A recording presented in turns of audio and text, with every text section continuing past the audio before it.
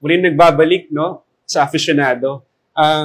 Dito po si Ma'am Marisol, yes, Palana. Siya po yung winner natin ng Dongfeng na electric vehicle.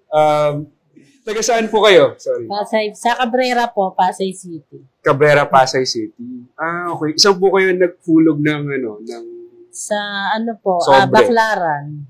Meron din po akong isa sa sa Binangonan. Sa Binangonan. Okay, Rizal naman. Rizal po.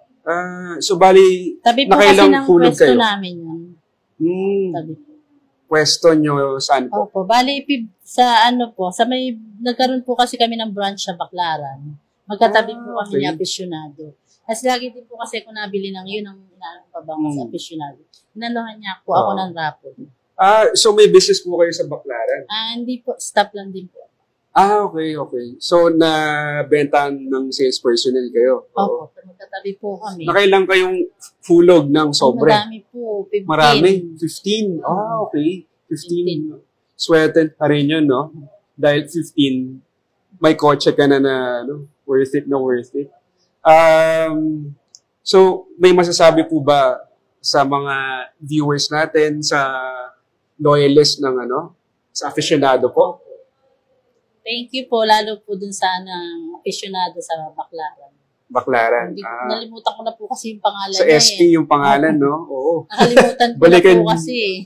Pwede yung balikan ng bago yung kotse, no? Talagang pupuntahan ko po siya. May area din po siya sa Robinson Ermita. Okay. Pag Sunday lang po kasi siya sa Baclaran. Okay. So, sino po yung gagamit ng kotse? Kayo po ba? Or may relative kayo na gagamit ng kotse? Yung asawa ko, anak ko. Sila. Okay. Si sir po yung magdadrive, no? Okay.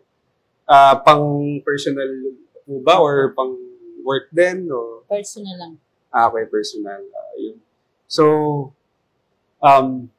thank you po sa lahat ng mga loyalist namin, no, sa aficionado, and patunay po na si Ma'am Marisol ang winner po sa second raffle draw ng Dongfeng na electric vehicle. So, once again, thank you po ulit, Miss Ma'am Marisol, no, and congratulations po ulit sa winners. Okay, thank you.